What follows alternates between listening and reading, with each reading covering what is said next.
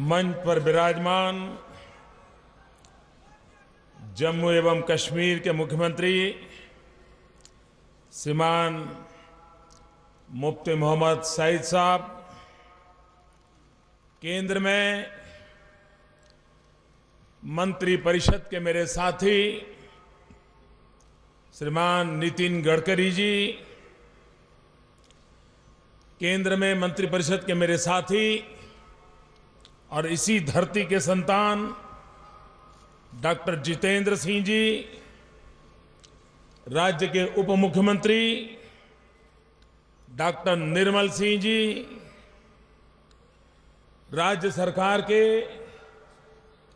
मंत्री परिषद के सभी आदरणीय मंत्रीगण, सांसद सुश्री महबूबा मुफ्ती जी,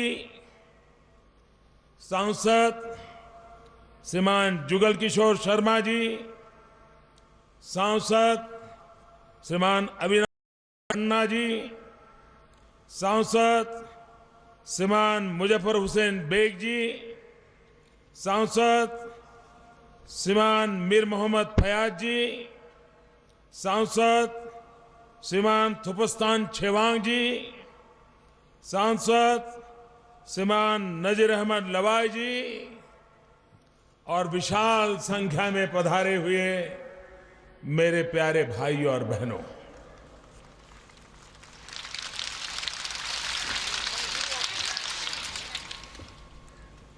ये मेरा सौभाग्य है कि शायद किसी प्रधानमंत्री को सबसे ज्यादा कश्मीर की धरती पर आने का सौभाग्य मिला हो, तो मेरा भी उसमें एक नाम जुड़ गया है।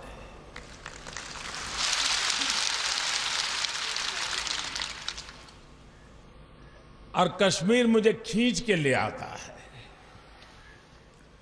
मैंने कश्मीरियों के प्यार को अनुभव किया है।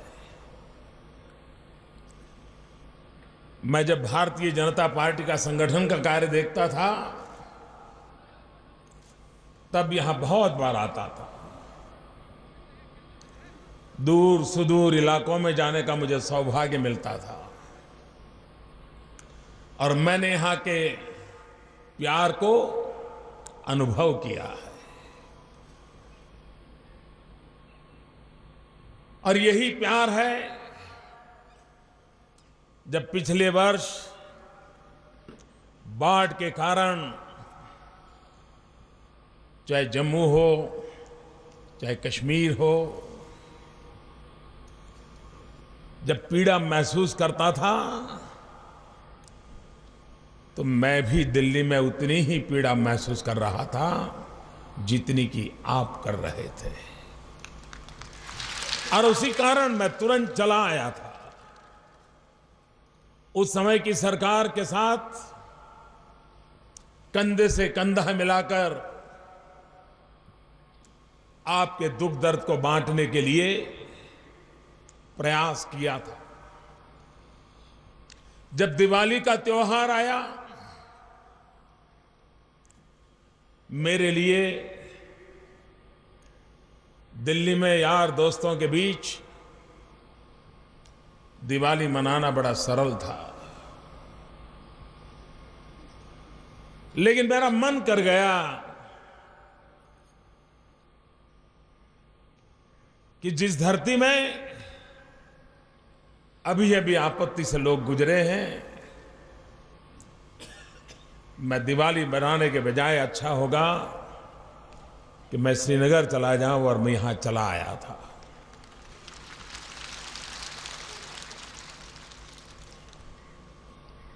जब यहां आपदा आई, उसी समय चीन के राष्ट्रपति भारत यात्रा पर आए थे और उन्होंने डेट भी ऐसी चुनी थी कि वो 17 सितंबर को मेरे होम स्टेट गुजरात आना चाहते थे और 17 सितंबर उन्होंने इसलिए पसंद की थी कि वो मेरा जन्मदिन था और चीन के राष्ट्रपति बड़े उमंग के साथ मेरा जन्मदिन मनाने के लिए योजना बना करके आए थे। लेकिन मैंने उस समय घोषित किया था कि कश्मीर में बाढ़ के कारण मेरे बंधु पीड़ित हैं, मैं जन्मदिन नहीं मना सकता। और मैंने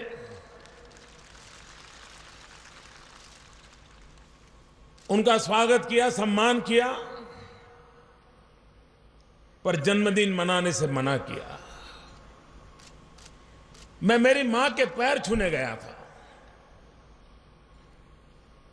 आशीर्वाद लेने गया था। मेरा जो सामाजिक बैकग्राउंड है, जिस अवस्था से मैं पैदा हुआ, पला बढ़ा, तो मेरी मां ने पहले जब भी जन्मदिन पे जाता था तो कभी वो मुझे ₹1.25 देती थी आशीर्वाद में, कभी ₹5 देती थी, ज्यादा से ज्यादा ₹11 देती थी। ₹11 से ज्यादा कभी मेरी मां ने मुझे नहीं दिया। लेकिन उस दिन जब मैं गया तो मैं हैरान था। और ये संस्कार है, ये भावना है जो मेरी रगों में भरी हुई है। मेरी मां ने मुझे, मेरे लिए भी आश्चर्य था, ₹5000 दिया मेरे जन्मदिन पर। और मां ने कहा, बेटा ये पैसे कश्मीर के बाढ़ पीड़ितों के लिए ले जाना।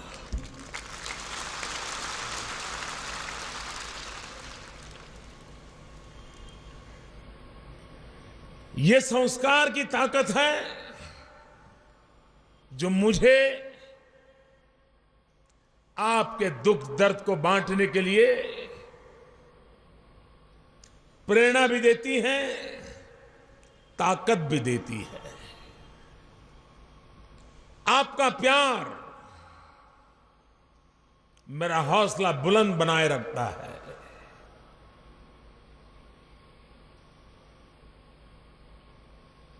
और जिस मंत्र को लेकर के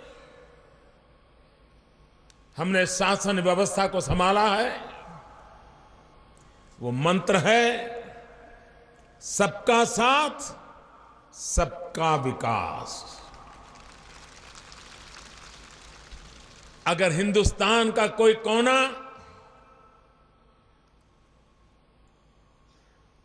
न साथ हो तो मेरा सपना अधूरा रहता है। और हिंदुस्तान का कोई कोना विकास से वंचित रहे तो भी मेरा सपना पूरा नहीं होता है। और इसलिए हिंदुस्तान का हर कोना, हिंदुस्तान का हर भूभाग, हिंदुस्तान का जन जन, उनका हमें साथ चाहिए।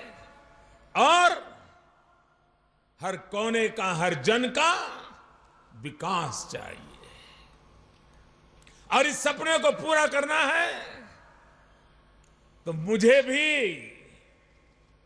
जम्मू कश्मीर में वो दिन लौटा के लाने हैं जहां हिंदुस्तान इस सरजमीन पर आने के लिए पागल हुआ करता था। इस मिट्टी को माथे पर चढ़ाने के लिए वो लालायित होता था। अगर थोड़े से पैसे भी बच जाए तो परिवार का एक सपना होता था कि इस छुट्टियों में कश्मीर चले जाएंगे, चाहे वो केरल हो, तमिलनाडु हो, असम हो, नागालैंड हो, महाराष्ट्र हो, गुजरात हो। हर परिवार का एक सपना हुआ करता था कि पैसे बचाओ, अगली साल कश्मीर जाने का कार्यक्रम बनाएंगे। वो दिन मुझे लौटा के वापस लाने हैं। 125 करोड़ देशवासियों में फिर से मुझे वो उमंग पैदा करना है, जो इच्छा को पैदा करना है ताकि वे कश्मीर की वादियों में आकर के आपके प्यार को अनुभव करें, आपकी सेवा को अनुभव करें और प्रकृति ने जो जन्नत बनाई है उस जन्नत को जीते जी जीने का एहसास करे। ये मेरा सपना लेकर के मैं चल रहा हूं।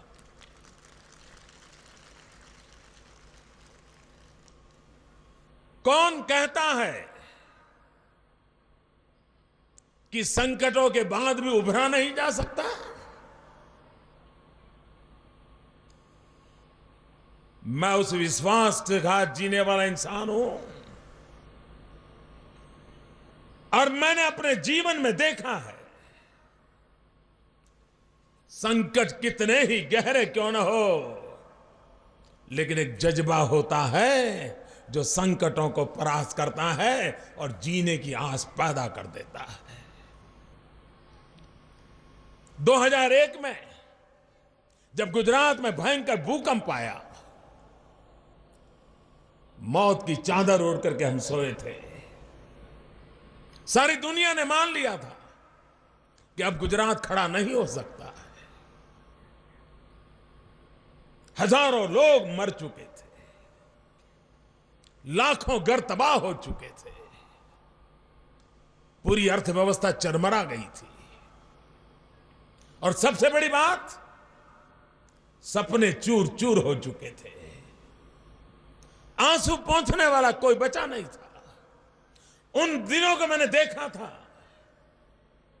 लेकिन मन में ठान ली थी कि स्थिति से गुजरात को मुझे बाहर निकालना है।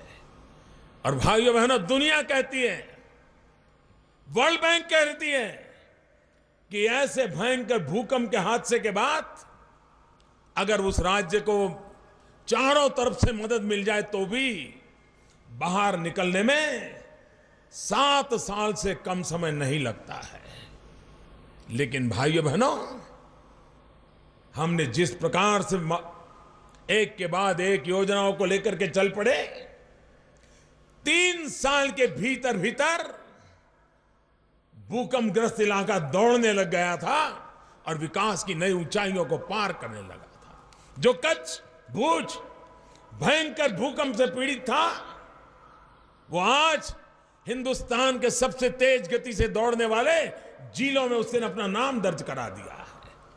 और इसलिए मैं कहता हूं, कश्मीर ने बहुत कुछ झेला है, अनेक संकटों से गुजरा है। 2 पीढ़ी उन नौजवानों के सपने चूर चूर हो चुके हैं। ये सारी बातों को जानते हुए भी मैं उस विश्वास को लेकर के निकला हूं कि मेरा कश्मीर फिर से एक बार वही जन्नत, वही जज्बा, वही खुशहाली, वो दिन मैं अपनी आंखों के सामने देख रहा हूं।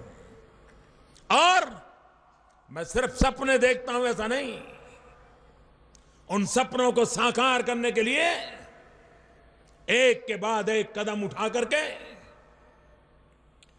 उन चीजों को साकार करने के लिए जन जन का साथ लेकर के सफलतापूर्वक आगे बढ़ने का प्रयास कर रहा हूं।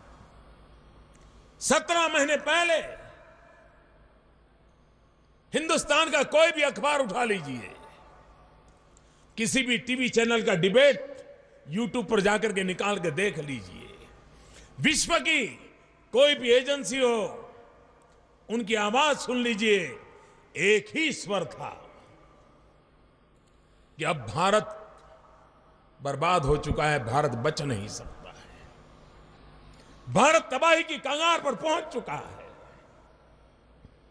आर्थिक स्थिति, भ्रष्टाचार, कुशासन, बाएं-भतीजावाद, न जाने इतनी बीमारियों ने भारत को तबाह करके रखा है। 17 महीने पहले हर पल हमारे कान में यही गूंज रहती थी, लेकिन आज 17 महीने के भीतर भीतर सारी दुनिया में बड़े देशों में तेज गति से आगे बढ़ने वाली इकोनॉमी में हिंदुस्तान ने अपना नाम दर्ज करा दिया है। दोस्तों, कभी भारत की तुलना चीन से कोई करने की हिम्मत नहीं करता था, क्योंकि चीन हमसे काफी आगे निकल चुका था। आज भारत की विकास की कोई भी चर्चा होती है, आर्थिक विकास की चर्चा होती है, तो हर बार चीन के साथ तुलना होती है। और इन दिनों बार बार बात आती है, अब तो भारत चीन से भी आगे निकल गया।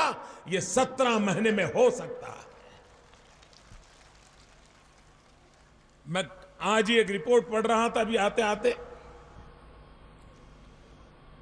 एक रेगुलरली हर वर्ष एक रिपोर्ट आता है, ट्रांसपेरेंसी इंटरनेशनल।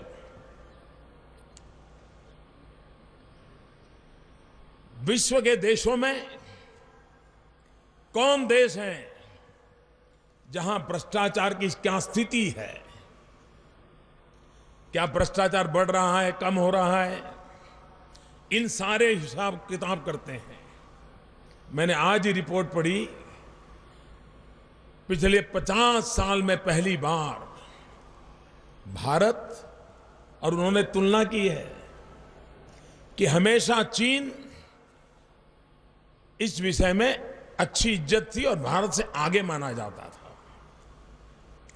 पहली बार पारदर्शिता के संबंध में, भ्रष्टाचार से मुक्ति पाने की दिशा में, भ्रष्टाचार को खत्म करने की दिशा में भारत चीन से 10 पायदारी पर आगे सफलतापूर्वक पार कर गया। दुनिया में पहले हमारा नंबर 95 पर था। अभी जो रिपोर्ट आया, पारदर्शिता लाने के कारण, भ्रष्टाचार को खत्म करने की दिशा में अहम कदम लेने के कारण हम 95 से 85 पर पहुंच गए। 17 महीने में भ्रष्टाचार के खिलाफ इतनी बड़ी लड़ाई लड़के आगे निकलना, ये हिंदुस्तान करके दिखाता है। एक बार हिंदुस्तान फैसला करे, कर लेता है। भाइयों बहनों, जो हिंदुस्तान का स्वभाव है, कश्मीरी का अलग नहीं हो सकता है।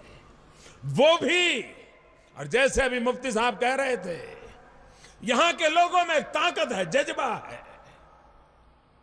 थोड़ा सा अगर व्यवस्था मिल जाए, वो अपने आप कश्मीर को नई ऊंचाइयों पर ले जाने की ताकत रखते हैं।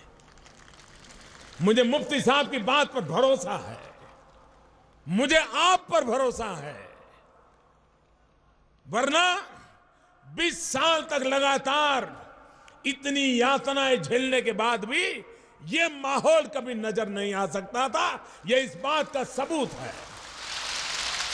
ये इस बात का सबूत है कि आपके भीतर वो कौन सा जज्बा है, वो कौन सी ताकत है, और कश्मीर को आगे बढ़ाने के लिए आप किस कदर लालायित है।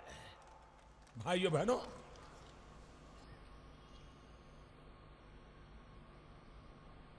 हमें अटल जी के नक्शे कदम पर चलना है।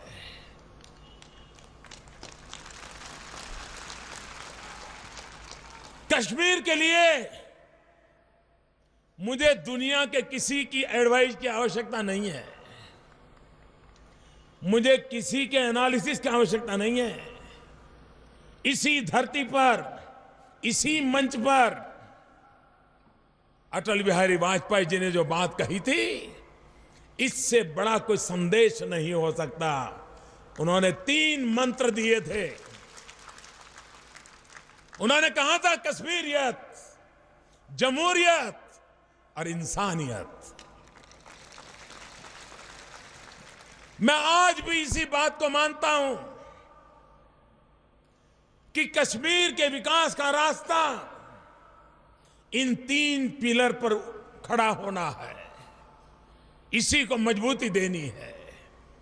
जब जमहूरियत की बात वाजपेयी जी करते थे, क्या कभी किसी ने सोचा था इतने कम समय में कश्मीर के लोग जमहूरियत को इतना बल दें और लोकसभा के चुनाव में, विधानसभा के चुनाव में कितना भारी मतदान किया।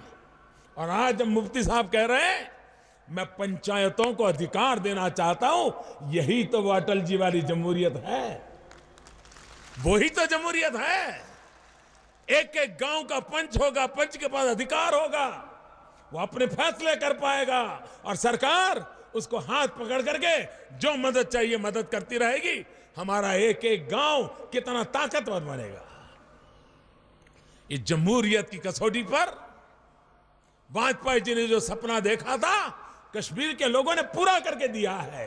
और इसलिए मैं उस महापुरुष के शब्दों के लिए आज कश्मीर के मेरे लाखों भाइयों बहनों को शत शत नमन करता हूं, मैं उनका अभिनंदन करता हूं। उन्होंने जमहूरियत को यह ताकत दी है।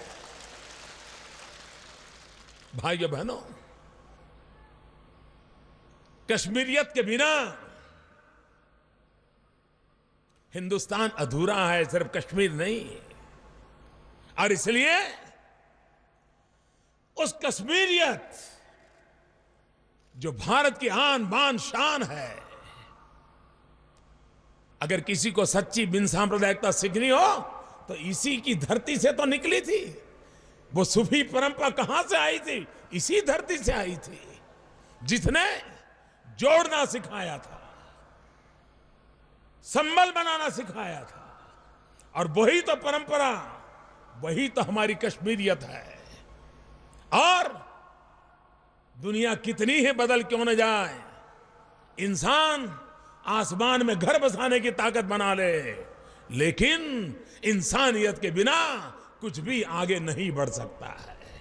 और इसलिए जिंदगी कितनी ही आगे क्यों न बढ़े, टेक्नोलॉजी हमें कहां से कहां पहुंचा दे, आर्थिक प्रभु संप्रदा हमें कितनी नहीं ऊंचाइयों पर क्यों न ले जाए, लेकिन इंसानियत का हमारे भीतर का जो आत्मा है, वो ही जीने के लिए, औरों के जीने के लिए, सबके जीने के लिए एक प्रेरणा देता है, ताकत देता है। और इसलिए कश्मीरियत, जमहूरियत और इंसानियत, इसी दायरे को लेकर के हम आगे बढ़ना चाहते हैं। भाइयों बहनों, पिछले दिनों मुझे मुफ्ती साहब से बहुत बातें करने का अवसर मिला है। हमारे निर्मल सिंह जी से बहुत बातें करने का अवसर मिला है। हमारे डागू अनेक मंत्रियों को लेकर के बार बार आते रहते हैं, अनेक विषयों से मुझे परिचित करवाते रहते हैं। और उन सब से बातें करते करते करते विकास का एक जो खाका मन में बना है, उसको हमें समय सीमा में पूरा करना है।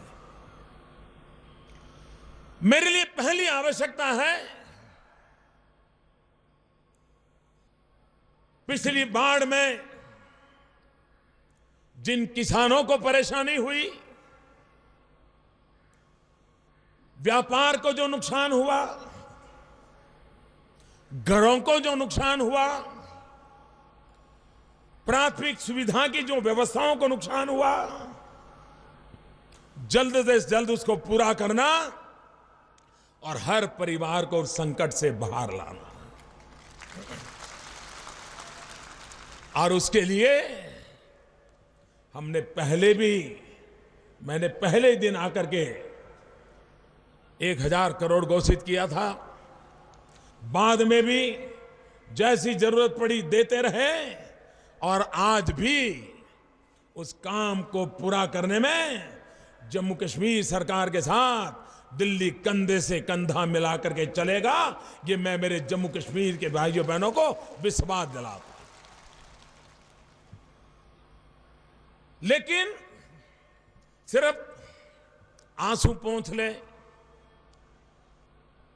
उसका घर ठीक कर लें, अब दुकान ठीक हो जाए, इतने से कश्मीर की बात बनती नहीं है। वो तो एक संकट था, उसके लिए तो करना ही करना है, लेकिन वहां अटकने से बात बनती नहीं है। मुझे तो बहुत आगे जाना है, बहुत आगे ले जाना है। और इसलिए हमारे सामने सबसे बड़ा काम जो मुझे लगता है वो है जम्मू कश्मीर और लद्दाख के नौजवानों को रोजगार।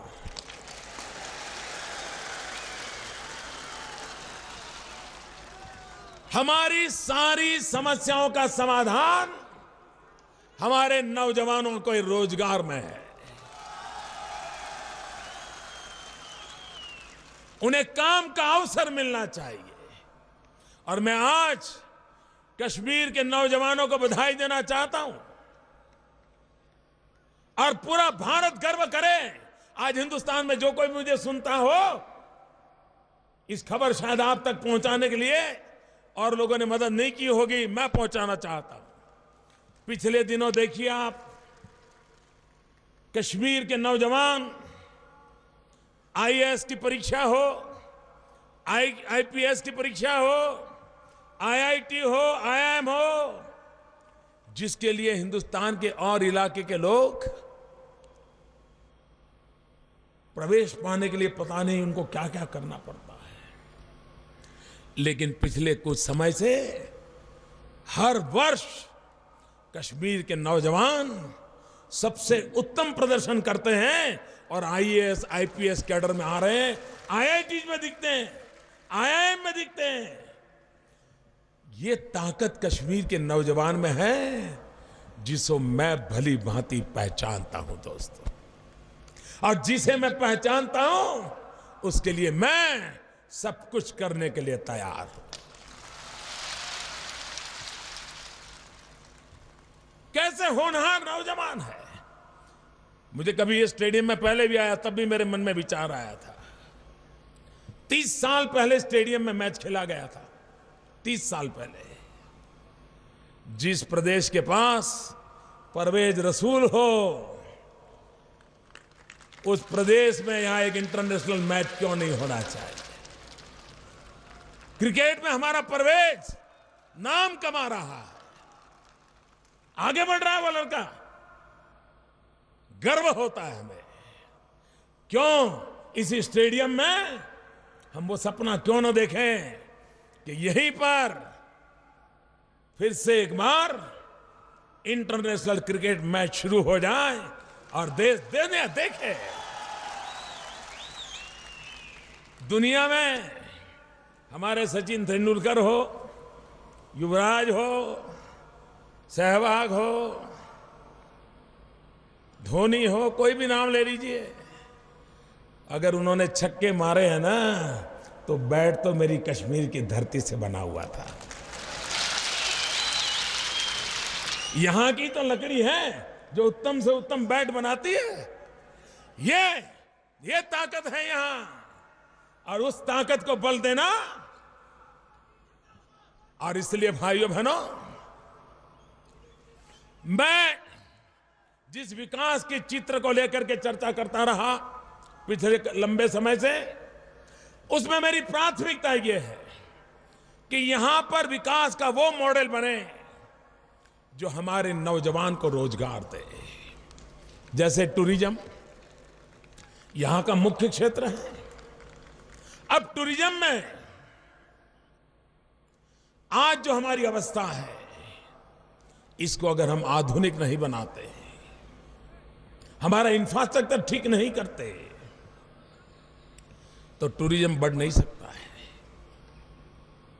आज हिंदुस्तान से करीब 1.25 करोड़ लोग, और वो कोई अमीर घराने के नहीं है, मध्यम वर्ग, उच्च मध्यम वर्ग के हैं। वे वैकेशन में 5 दिन 7 दिन के लिए विदेश चले जाते हैं भ्रमण करने के लिए। भले दुबई जाते होंगे लेकिन जाते हैं विदेश। क्या हम कोशिश नहीं कर सकते कि हिंदुस्तान के 1.25 करोड़ लोग जो बाहर जाते हैं, कम से कम 5% ये तो तत्काल मेरी कश्मीर में लौट आए।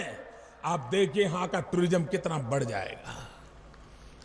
आज विदेश के टूरिस्ट 40-50 हजार के आसपास रहते हैं, विदेश के टूरिस्ट 5 लाख कैसे बने।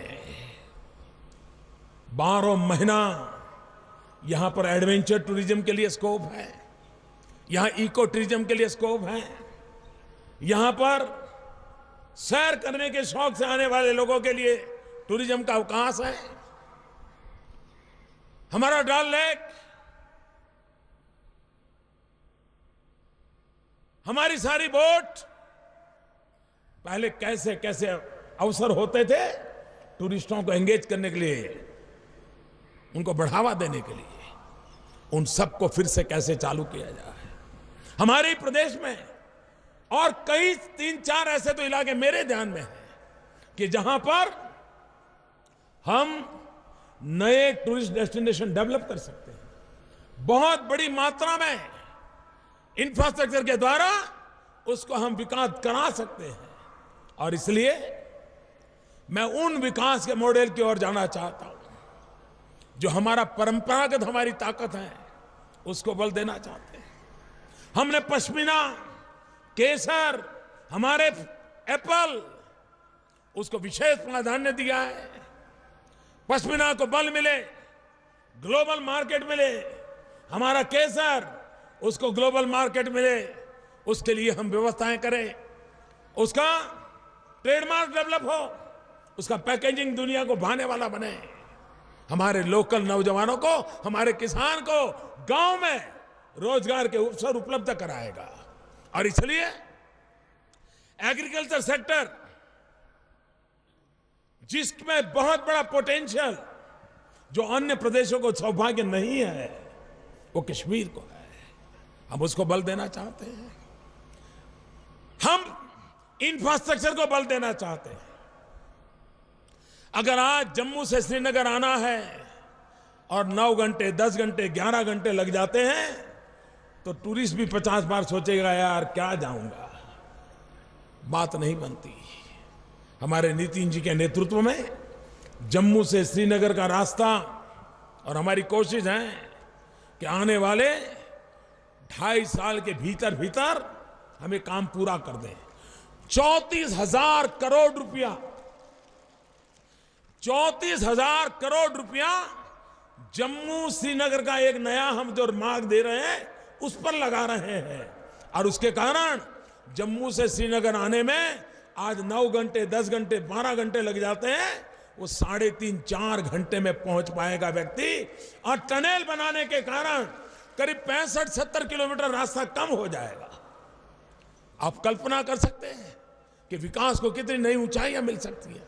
हम रेल ट्रैक को और बलवान बनाना चाहते हैं। मुफ्ती साहब ने कहा चाइना में बन सकता है, यहां को नहीं बन सकता है, कश्मीर की धरती पर भी बन सकता है। और इसलिए मेरे भाइयों बहनों, बिजली हो, पानी हो, सड़क हो, साथ साथ अब सिर्फ हाईवे से चलने वाला नहीं है। हाईवेज का एक जरूरत है, उसके बिना चलना नहीं है, लेकिन सिर्फ हाईवे से भी नहीं चलना है। और इसलिए हाईवेज की भी जरूरत है। और इसलिए हमारा लक्ष्य हाईवेज का भी है, हाईवेज का भी है।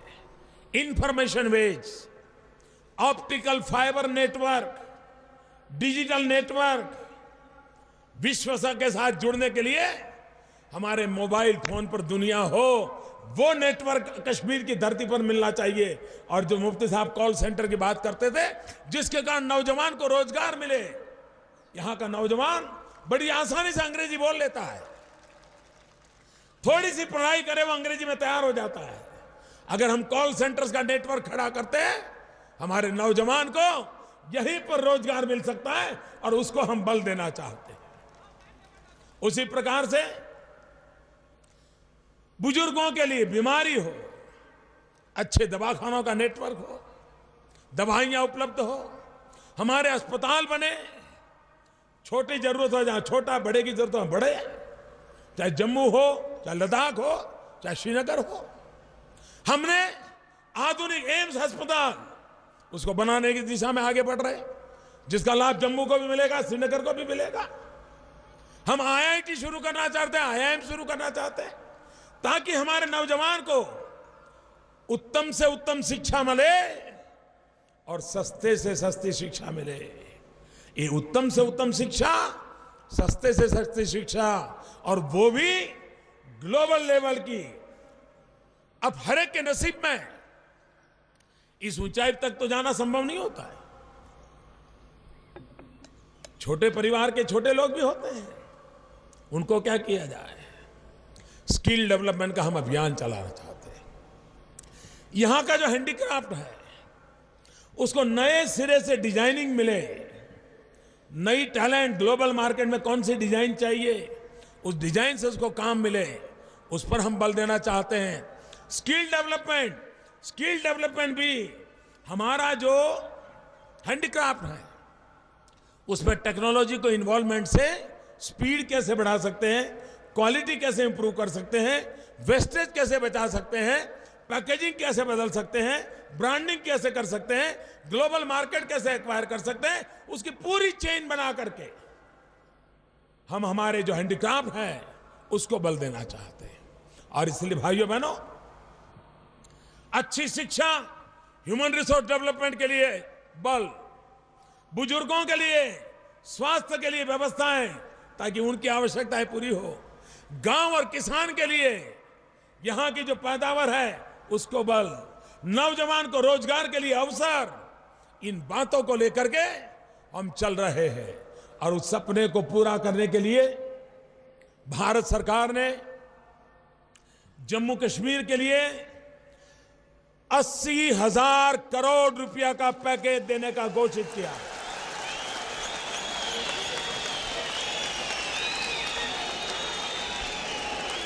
$80,000 करोड़ रुपया का पैकेज। मेरे नौजवानों, मेरी दिली इच्छा है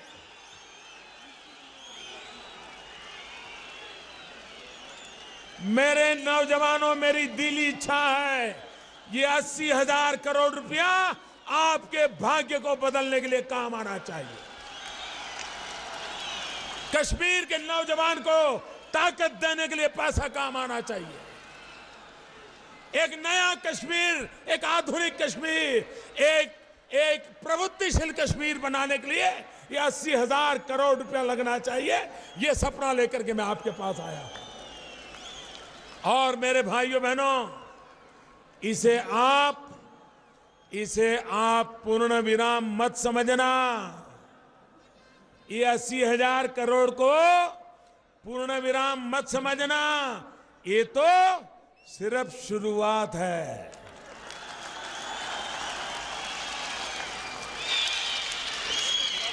जो बातें मैंने बताई उसको करके दिखाइए। ये दिल्ली का खजाना आपके लिए है। ये दिल्ली का खजाना आपका है। और दिल्ली का खजाना नहीं, ये दिल भी आपके लिए है मेरे भाइयों बहनों।